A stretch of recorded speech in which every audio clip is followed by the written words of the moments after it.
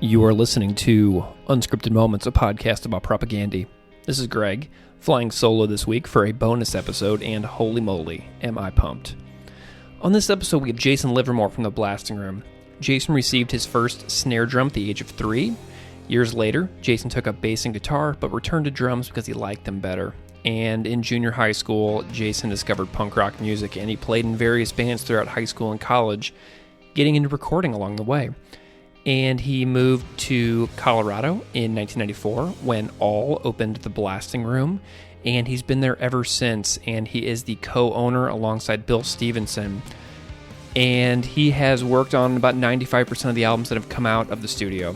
Jason has also played drums for the bands like Wretch Like Me, Drag the River, and more.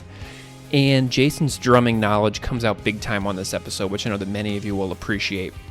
Jason's chronological discography can be found at theblastingroom.com/staff, and I am beyond thrilled to include Jason's Propagandhi experiences on the podcast. Jason has worked on the forthcoming Today's Empires, Tomorrow's Ashes re-release. He has worked on Failed States. He has worked on Supporting Caste. He has worked on Potemkin City Limits, and he has worked on Victory Lap. So in this episode, we get into all of Jason's Propagandhi projects. And so enjoy this one, folks. Here's my chat with Jason Livermore.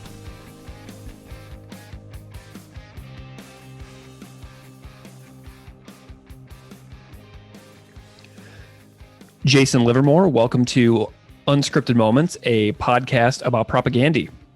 Thank you. Thanks for having me. I'm so delighted to have you here, Jason. Your involvement in Propagandhi's career is such an important part of the story. So to have you on this podcast about Propagandhi is truly a thrill and an honor and a privilege for me. So I really just wanted to let you know how much I value your participation, because I see you as being one of the central characters in the story of Propagandhi's discography. So thank you so much for doing this. Yeah, thanks for having me. No problem. Yeah, can you just, for anybody out there who may not know who you are, can you just sort of introduce yourself a little bit so that everybody knows who you are and what you do? Sure. Yeah. So my name's Jason Livermore, like you said. I co-own the Blasting Room recording studio in Fort Collins, Colorado, with Bill Stevenson, who's the drummer of the Descendants. And I mostly these days just mix and master albums for people. Mm-hmm. But I can and have done pretty much everything involved in making a record. Do you prefer just the mixing and mastering on the back end, or do you like the production aspect and the engineering as well? What drives you? I do like mixing and mastering a lot, because it's more like all on my shoulders per se. And I guess the timing is a little bit more flexible about how I want to work, without other people's schedules. Yeah. A little bit. And the older I get, it's like making a record is kind of a hard job. Mm-hmm. It takes a really long time. The days are really long, and you're kind of on for a long period of time without too much downtime. So, Yeah. I mean, that was all fine and good when I was in my 20s, 30s, and early 40s, but now I'm 50, and it's like, it's a little bit much to keep that schedule up. Like, in the early 2000s, when Bill and I were making like a ton of records, Mm-hmm. we were working close to 80 hours a week. Yeah. So that's, it's hard to keep up.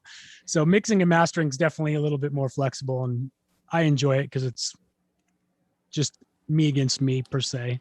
I love it. Well, I heard you on another podcast the other day where talking about engineering and mixing and mastering, and how like during the pandemic, it's like, oh, we are essentially doing what I've always been done, which is me alone in a room. And I absolutely loved that detail, because now I'm just picturing you, like just doing your thing, like regardless, Yeah. It was essentially like nothing happened except for there was less traffic on the road. Well, I and my wife and kid were at home, which was nice, but I just kept coming to work and doing my thing. Awesome. Well, Jason, we got a ton of projects to talk about, and I'm so excited to get into this with you. And I know the audience will be as well. But what's the first time you remember hearing Propagandhi? Tell me about the origin of your awareness of this band. So I think the first time that I heard them was maybe in like 96 or 97. a girlfriend I had at the time had one of those fat music for fat people comp things. And I honestly thought it was No Effects the first time I heard it. It's like, kind of had that ska thing, and Chris's voice sounded completely different than it does now. Yeah. And I didn't really think too much about it, honestly, back when I first heard the first stuff. Because I was kind of into more, I don't know, like my production style didn't gel completely with early Fat Records production styles. So I was slightly turned off by the presentation of a lot of those early Fat Records. So I kind of just, I heard of them and I knew of them, but they weren't really on my radar per se, all the way up until we probably mixed Potemkin.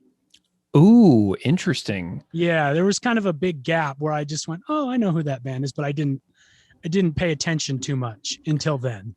Oh my goodness. Okay, so Potemkin was sort of like, you just got dropped right in the pan then, right? Yeah, pretty much dropped right in the pan. And I know, like tons of the people in my scene and whatnot would always talk very highly about them, but I never delved into it until then, really. And when they came, then I was like, oh shit, this is not that band that I heard on that comp. Like, these guys rock, This is like, and Chris's voice was like really thick and rich now. It wasn't so little and nasally. And yeah. So I liked that band. Nice. Yeah. Well, okay, so I'm going to go out of order here a little bit then. Since Potemkin was sort of your entry point into the band, I'm going to sort of use that as the entry point to our conversation today, because we'll kind of trace your chronological path. But before I get to that question, can you just list really quick each project that you have done with Propagandhi? Okay, yeah. So Potemkin was the first record that we worked on, and I mixed and mastered that. Then the next record was Supporting Caste, which Bill and I produced together and recorded together, and I mixed and mastered that. After that record, the next time that I worked with them would have been on Victory Lap. Okay. And after I did, so I mixed and mastered Victory Lap. After Victory Lap, it turned out, very well, in my opinion and Chris's opinion. He was really happy with it. So he was like, hey, do you think you could remaster, our last record, Failed States? And I'm like, oh yeah, sure. I've been, I could obviously, yeah, give it to me. Let's go. And so he ended up accessing stems for that record. So that was a little bit more than just a remaster. So that was there was that record. And then after that, now currently I've remixed and remastered Empires. Awesome. Okay, well, we're going to get into each one of those. So let's start with Potemkin here. So I have a sort of a funny question here. So Chris tells a story on his Patreon podcast of his original attempt to mix Potemkin City Limits on his own, and how he only wanted it to sound like South of Heaven by Slayer. Awesome. And at the last minute, the label was like really getting impatient for the release. And it was sort of a thing where he kind of realized he was in over his head, and he enlisted your help for an emergency mix. And then he also says, and then I had to pay him emergency mix money. What is your memory of getting the Potemkin project dropped in your lap? And then tell me about what that process was like on your end whenever you received all the material from them. Sure. I mean, it wasn't too much different than a lot of stuff we get, they just sent us the multi-track files, and we ended up doing like a little bit of repair work on our end to kind of like polish it, that maybe he either couldn't do himself or didn't want to. I don't know. So we did that. We tidied up the drums a little bit, and then I just basically mixed it. I'm pretty sure Chris was here. I don't remember if the whole band was here. Maybe the whole band was here. I can't even remember what year that was. Was it like 2003 or 4 or 5? Or... Yeah, it came out in October of 2005. Okay, so that would have been in 2004 that we did it. So it's been a bit. Yeah, I think they were all here, and it was just, it was pretty much, a regular mix job for me. Nothing really crazy. I remember I referenced Chris's rough mixes a fair amount because I thought his guitar sounds that he had on his versions of the mixes were very good. So I tried to keep that, stay true to that tone as much as I could. The drum sounds were fantastic. I'm pretty sure they recorded that at it's in Vancouver. It's Bryan Adams' studio, the Warehouse. Yeah, with a Blair Kalibaba. It's a huge room. Yeah. So the drums sounded great. And I don't know how much I think maybe they just did the drums there and then Chris did a bunch at his house. Yeah. I want to say. I think all the vocals were done at his house or something, right? I think that sounds right. Yeah. But yeah, so there wasn't wasn't too eventful per se. There wasn't anything like any drama or it went pretty smooth, Nice. Yeah. Was it a rush job? Like, were you like under the gun? Like, did you feel the pressure of that project? No, I didn't. I think I don't remember how many days I spent on it. It probably definitely wasn't any more than 2 weeks. Like my mode of mixing back then was probably spend like a day on the first song and maybe the next day I might get 2 songs. And then once I kind of got on a roll, I could do 4 a day. Like once I figured out like, okay, this is how the album is supposed to sound. I've explored different ways the record could sound and which one I think sounds the best. And once you get that, you just kind of go for it and things start moving along quickly. And then at the end, you may like go back and fix ones that you didn't do as well on or something, but nice. So it didn't stick out to me. I don't feel any like, there wasn't any memories like, oh my God, I got killed on that record. It was, yeah. Yeah, because Chris's telling of the story on his podcast is so hilarious, where he realizes that he's about to botch this entire thing and that he really needs to bring in the big guns. So he sent it right down to you and Bill and made it happen, which is great. You know what I mean? I was stoked to do that record though, because like I was saying earlier, like we had just sort of started getting into like Fat Records bands who had kind of been in the early days where they had the Ryan Green production. Sure. So I was very happy to be able to make it sound like I wanted it to sound. That is so great. Well, so your business relationship starts with Propagandhi in those Potemkin years, and I'm curious what the vibe is like with you and the band. Do you guys have a good, friendly working relationship? How's your relationship developed over the years since you first started working together? Yeah, we get along great. We don't hang out too often because they're up in Canada and whatnot, and they don't tour a whole hell of a lot.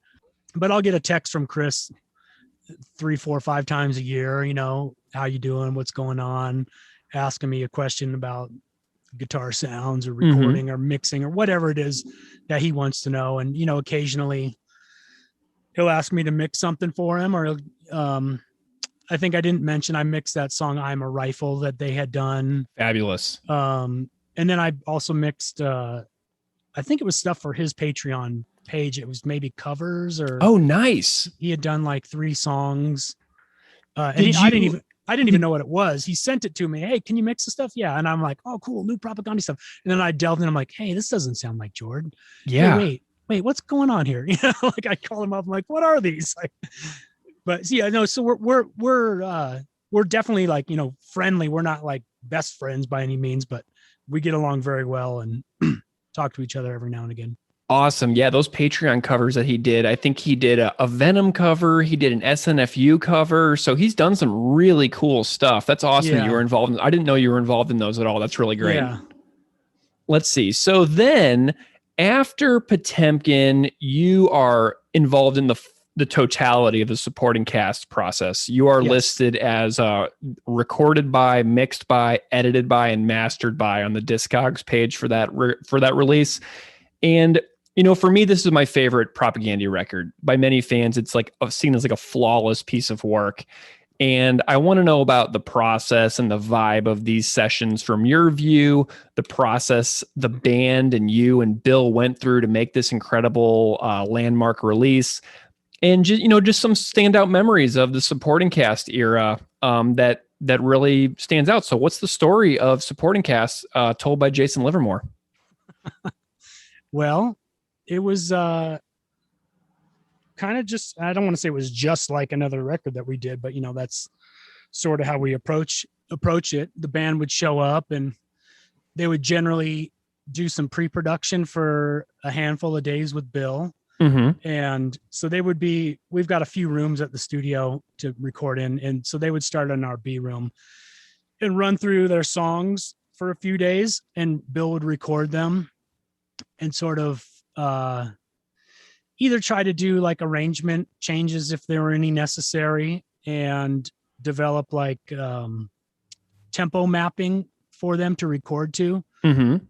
Because none of the songs are one tempo, right? And so you basically have the band run through their song a handful of times, and you record it and go, okay, you guys always speed up in the chorus, so the chorus is going to go faster, and then there's this weird change where you do this time change thing or whatever, and you kind of find an average of what they're trying to do versus like, hey, they had too much coffee on this take, or hey, this guy, whatever. You get an average, you get a sense of like how the song's supposed to go, and you get a tempo map going so you can get the song recorded accurately, but while still containing the human feel that they, that it desires, that it sure needs. And then once that would go down, I would start recording drums with Jord, and generally we would have some sort of like, we call it prelay, where they had done this demo, and we have the tempo mapping all completed, and we have the band play to that sans drums. Mm-hmm. So when we record the drums, Jord would be playing along to pre-recorded guitars and basses and click track and scratch vocals. Awesome. So he has the bands, so they've done the work prior, so they don't have to stand there for days on end playing the same thing over and over again. They've done it once, it's perfect. So it's really easy for the drummer to play accurately, and get the right feeling. Mm-hmm. We would go ahead and do that. I don't remember how long the drums took to record. I do remember Jord played an AOT drum set, which is a company from Canada. Okay. And he had these bitchin' tom sounds, because that's part of one of my favorite parts of Jord's drumming is his fills. His fills, oh, they're so good. And we call them bitch and peel downs, Bill and I, because he's always doing those like kind of Dio-esque, tom fills, like kind of metal, but they're totally bitchin'. And his drums, his toms were amazing. I remember that like distinctly still to this day. Like those drums were awesome. Yeah. So go ahead. Oh, because you're a drummer, right, Jason? I'm a drummer. Yeah. I used to play in a band called Wretch Like Me. Oh my gosh, I know your band. Okay, great. And tell me about, like, is there anything else that stands out about Jord's playing as like a unique player within music? For all the drummers you've worked with, like, what stands out to you most about Jord? Is it the tom work, or is there anything else? It is the tom work, or his fills are very creative, let's say. Like he had really cool fills. And that definitely stuck out as like that was his strength, in my opinion, was his ability to have these like really cool moments of tom work, I guess, Yeah. Okay, so you get these drum tracks down with Jord, and then where does the process go from there? So from there, we would take all these tracks, and we would have one of us or the other two guys that work for us sort of tidy up the drum tracks if we had done multiple takes, figure out which takes we wanted to use, or maybe if it was half of one take, half of another, fix some problems if there were problems to be fixed. And once that happened, then I would start recording guitars. It's our A room, it's our bigger room. Mm-hmm. I would do the guitars, and then Bill would start recording the bass in the B room at the same time. So we had sort of two different rooms doing two different things to kind of keep the process moving along quickly. And so it was Jordan or Todd and Beeve playing guitar on that album. And no, it's not Todd. What am I saying? Chris. Yeah, Chris and Beeve. So Chris and Beeve are with you. Yeah, they're with me, and Todd's with Bill. So a funny moment that I recall. So back back around the time that record was recorded, I was really into, I don't want to say over perfection, but really into accuracy, and tuning of the guitar was part of that for me. So I was having, and everyone up to that point, because I had never recorded Chris, was like, oh my God, Chris is the best guitar player. He's the best guitar player you're ever going to record. Like, seriously. Yeah. And so I'm like, awesome, cool. So we record, and I just kind of treat it like I treat all the records. I was like, okay, Chris, you got to stop. Why? Because we got to tune, really? Yeah, we got to tune. So I would make him stop and tune, every time he'd stop, basically every 4 bars, every verse, every chorus, whatever it may be. And also I was really meticulous about little picking details and making sure the two guys, what they're playing, they're picking the same way, or if they weren't picking the same way, there was a reason for that, and that it they complemented each other. And I remember at one point Chris goes, man, this isn't what I expected it to be at all. Yeah, and I was just like, oh man, I'm sorry. Oh my God. Yeah. Okay, so he's also working with Beeve. That's Beeve's first record with Propagandhi. Beeve was amazing. Tell me about Beeve. Throw that out there. Well, Beeve had his own style. It was way artier than Chris's. Chris is just like a machine, just getting it done hard, and like he's a machine. Beeve was a little bit more arty. His parts were slightly more melodic, and he used like a different guitar like that I normally want. I don't even think he played a Gibson. I can't remember what he had, but it was just, two totally different personalities. But they worked together so well. I mean, it's really amazing. And, I'm thinking about a benefit that you may have had since you had never recorded them before. It may have been sort of like a benefit for you that they had this brand new, fresh member, this brand new, fresh energy and fresh sound. And then they had this fresh producer and engineer in you. So, right. I mean, that's kind of like a lot of perfect ingredients coming together all at once to bring a fresh, brand new Propagandhi out into the world. That hadn't been heard before, because Supporting Caste is like no other record, Yeah, it's a pretty good record. I mean, it's approaching amazing, but I'm generally slow to throw out high compliments.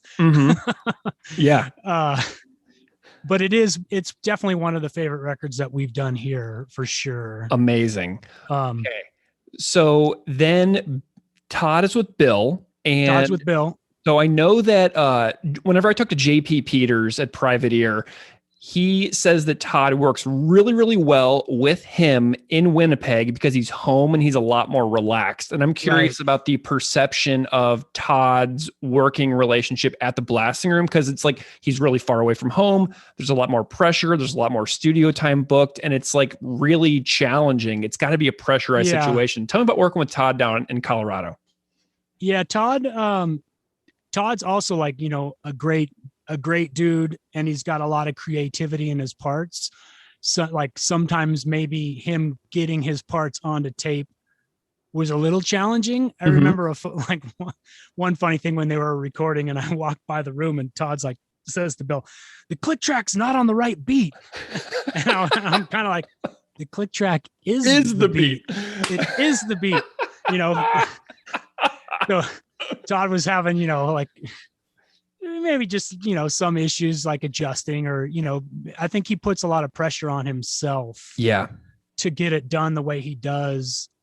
And so it wasn't easy to get it done, but when it was done, it was great. Yeah. But it probably wasn't easy. He spent a lot of time out on the back porch practicing his martial arts, his MMA, getting his mindset and whatnot. But awesome. I can't remember. I want to say that after the record was done, he may have gone home and sent me some new vocals. Okay. That they had recorded themselves after we were finished.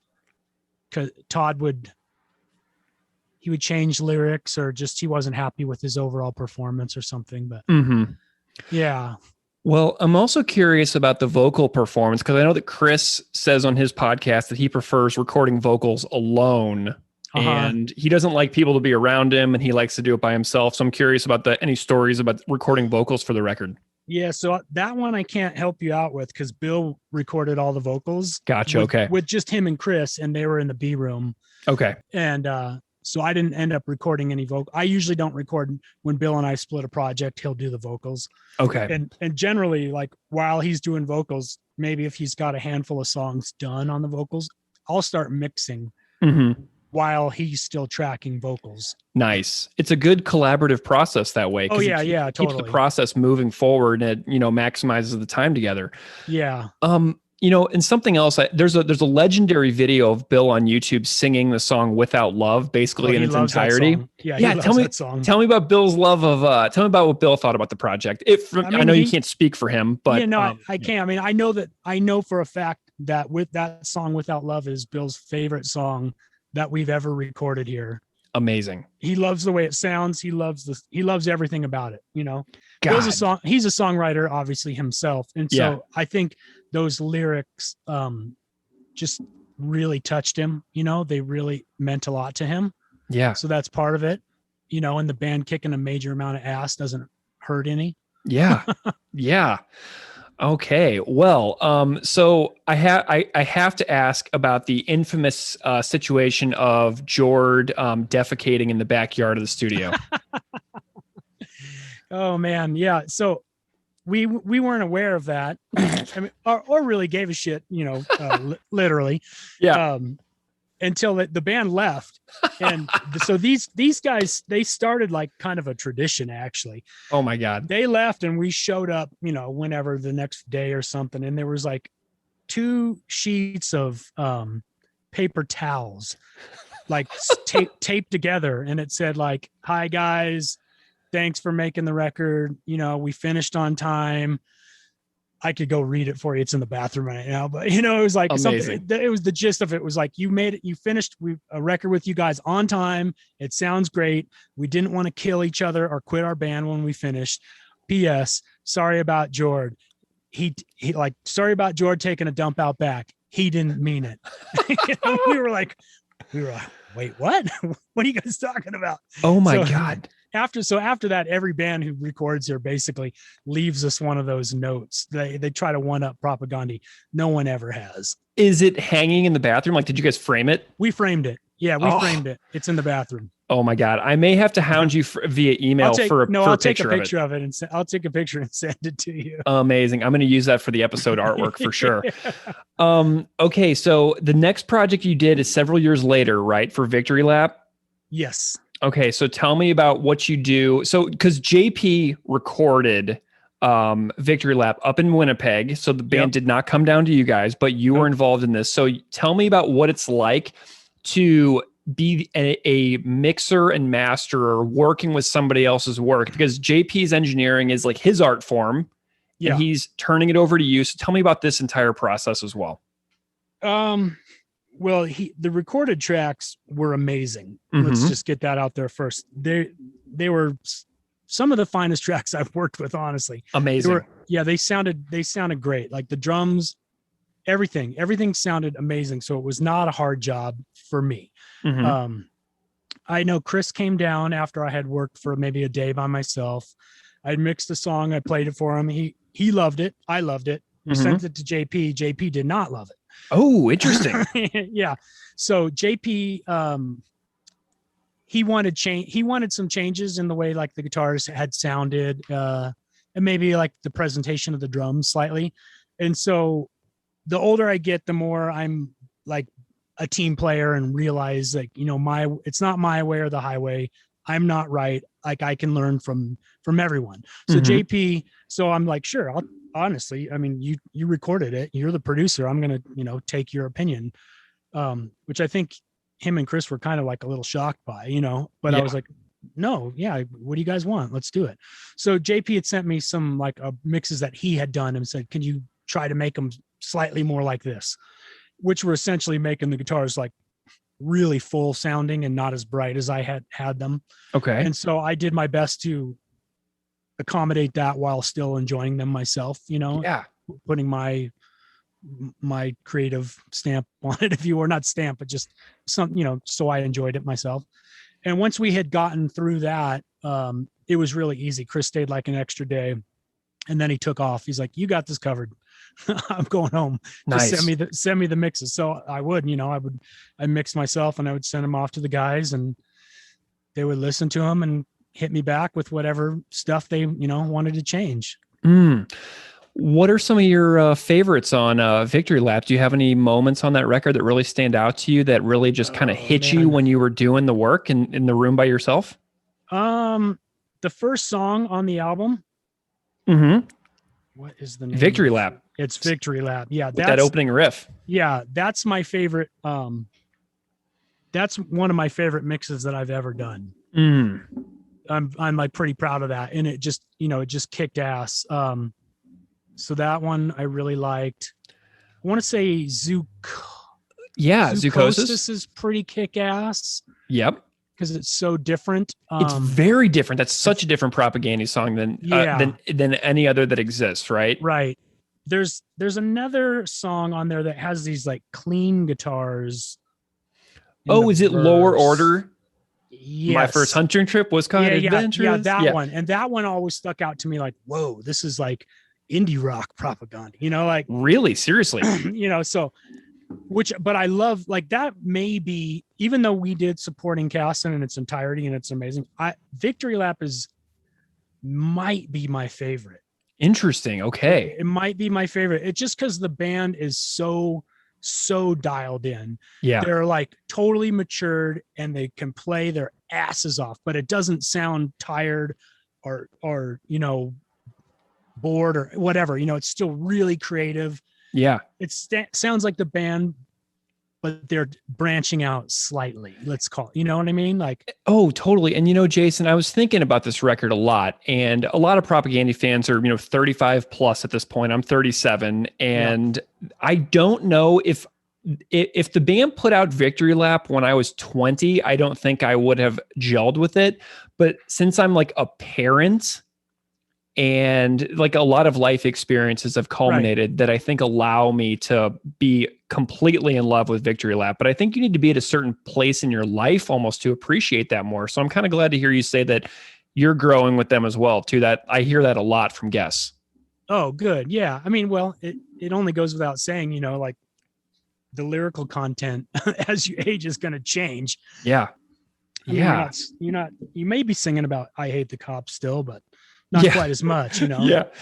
All right. So from there, Chris is super pumped on your work on Victory Lap. And then you get assigned this project, which is a remaster of Failed States. But you mentioned earlier that it was a little more than that. It was a little more. Yeah. So essentially, like if you're going to do a mastering job, you're working with mixes that are completed and they're just a stereo channel, a left and a right. And you do your best. You don't have faders. You can't go, I want to turn the vocal up. Like the way you could turn a vocal up if you're mastering is find the frequency with an equalizer where the vocal is most prevalent and boost that. And so there's certain limitations that you can do to change, a mix for a master. But in this case, Chris had what's called stems. So it's where the album has been printed. So I have like a stereo pair of drums, a stereo pair of bass, a stereo pair of guitars, like the vocals. So I have more control than a traditional master, but not like a mixing job because I only have like the drums finished. So I can't go and turn the snare drum up with a fader, but I can turn the drums up, or I could automate different levels of the drums during the song if I saw fit. So when they mixed mixed and mastered the first version, there was it's called compression on the mix. And so when the mix is compressed, there's not a lot you can do to uncompress it per se. So it's kind of difficult to deal with. But when I was doing the stems, there was no compression on the whole mix. Ooh. So I kind of got a very unfair advantage to improve the quality of the album because I wasn't locked into somebody else's version, basically, of how they thought it should be. So I kind of mixed mastered at the same time, and that's how I was able to change the presentation so much. Wow, that is really interesting. Okay, so Jason, I have both versions on vinyl. Okay. And I have played them side by side several times. Like I'll listen to the whole A side on the first version and then the whole A side on your version. Right. Because like I'm really trying to grasp from a non-producer brain what is happening on these records, right? And so I don't know what happens when you remaster a record, or why it matters essentially, or what the process on your end is like. So the vivid description that you just gave me is extremely appreciated, but I would imagine that most casual fans don't really understand what happens as well. So like from your ear now, if you listen to the first version and you listen to the version that you did, what are the biggest standout differences to your trained ear that we can pick up on with our untrained ears? So well, first off, I thought the original album, like upon first couple listens, sounded really good. I always thought, oh, this is great. They did a record without us, and it sounds good. Yeah. Go team.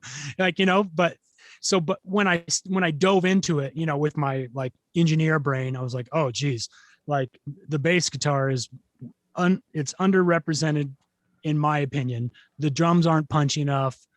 I think the vocals could stand out more.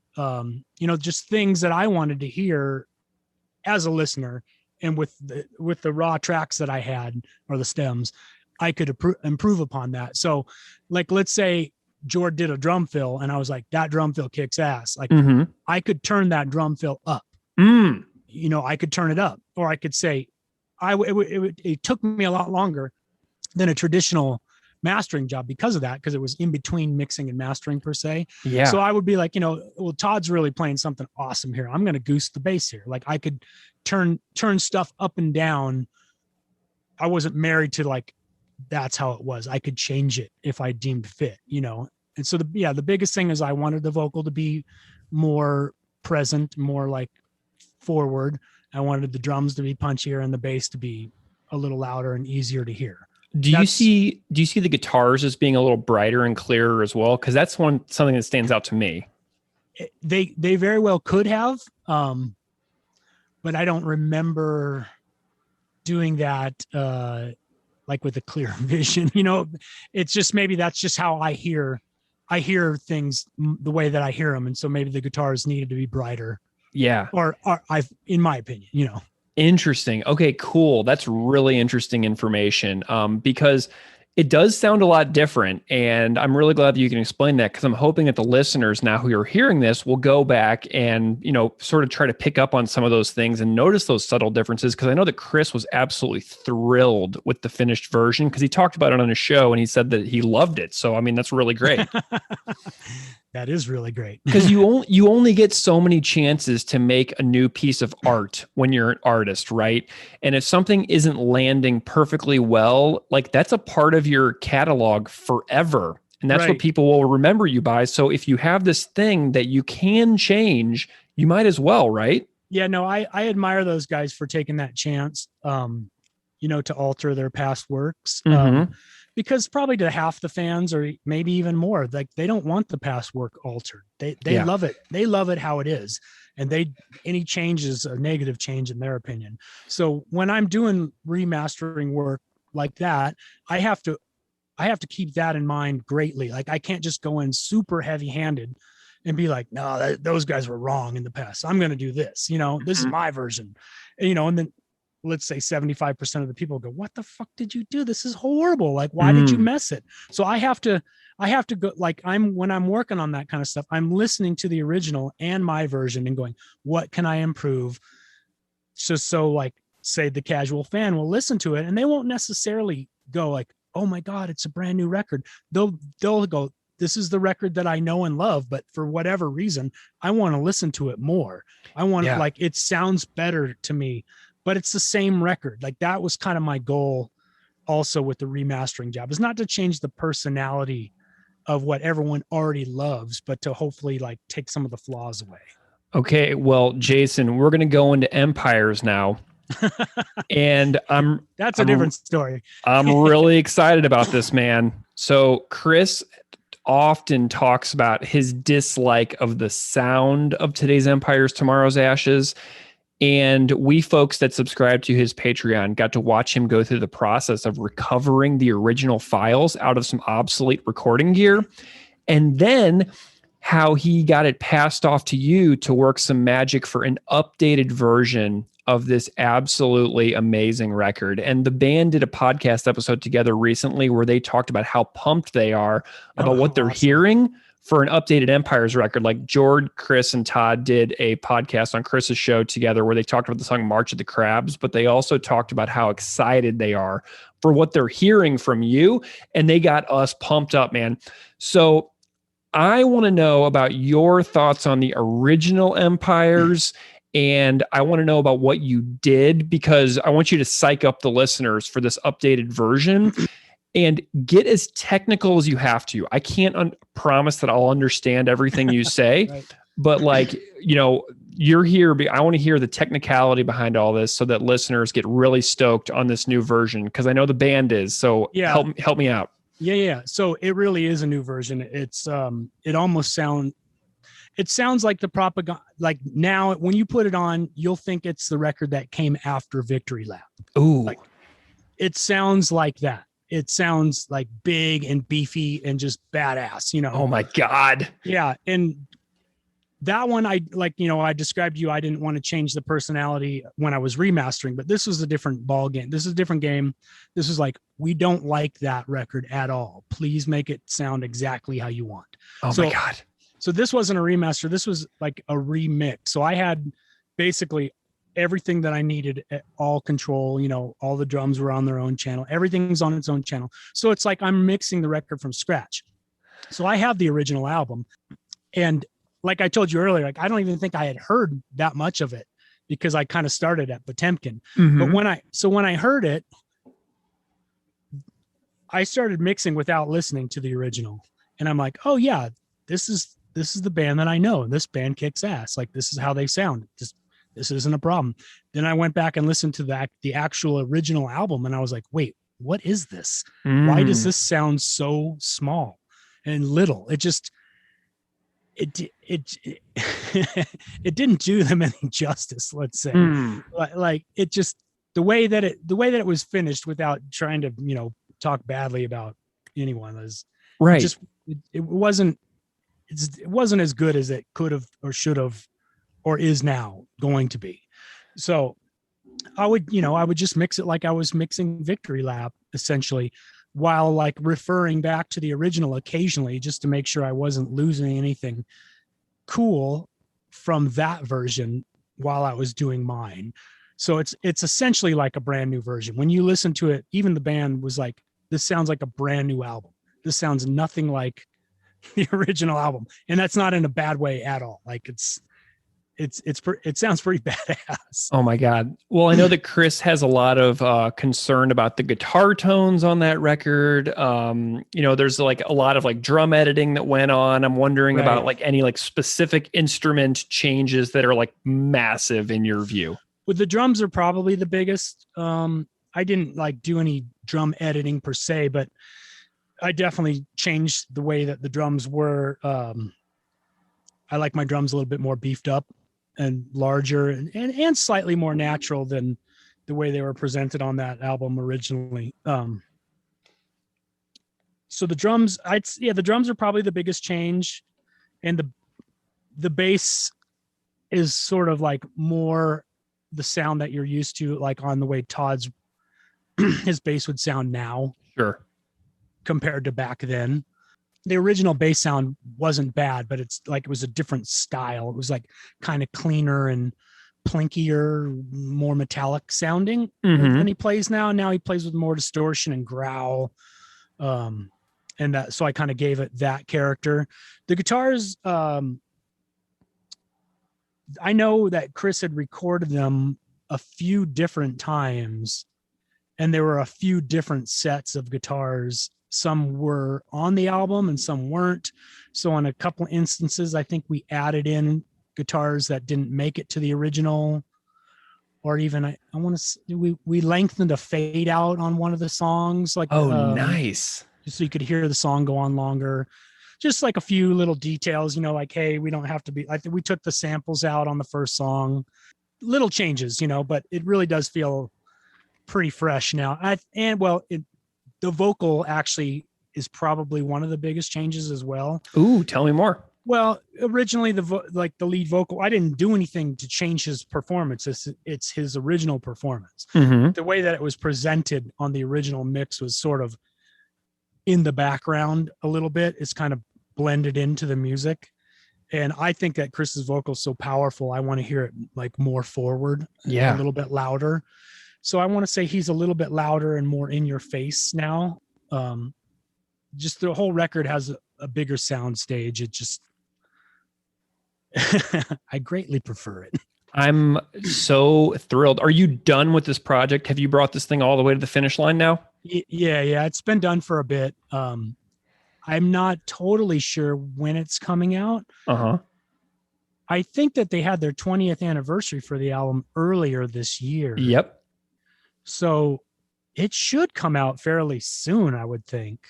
Man. And this is the 25th anniversary of Let's Talk More Rock that just passed as well. So there's the 25th anniversary of Let's Talk More Rock, the 20th anniversary of Today's Empires. You got this brand new mix and remaster. Yeah. This is very exciting, Jason. Yeah, no, if you like that album, I think you should be excited. I cannot begin to describe to you how important that record is to me. That was the one that like sucked me in to be like, this is the best band and they are different than anything else that I can possibly hear. And right. I haven't changed my mind on that in like 20 years. I mean, that was the one for me, Yeah. Holy smokes. Well, Jason, are there any more Propagandhi stories or details or anything else that you want to say about like any standout memories or anything that you think that the audience would like to hear about based on your experiences of working with them? Goodness. They like hockey. They like to drink beer. Yes. Honestly, I don't know what to say about that, per se. I'm sure the fans probably know them better than I do in a way, like I say we're friends, but we have like a working relationship. And if you're a fan of the band, you probably have watched a gazillion YouTubes of whatnot and got the vibe. But no, I mean, I love those guys and I always have a great time. And whenever I get to work with them, and I'm always stoked that they continue to, ask me to work with them. I'm like honored and flattered to be able to do that, because I feel as if they are one of the greatest bands. They're pretty amazing. Awesome. Well, Jason, I am so grateful to you for your time, your stories, and being willing to hang out with me and talk about this incredible band and all these great projects that you've been able to be a part of, that we, the listeners of this band, all love so much. So I know that everybody out there, if they could tell you directly right now, they would say, thank you, Jason, for your work. Thank you so much for doing all of this with our favorite band. It just means the world that you're a part of this story, Yeah, thanks. Thanks for having me on, and thank you to the fans for listening to these albums. Propagandhi's a great band.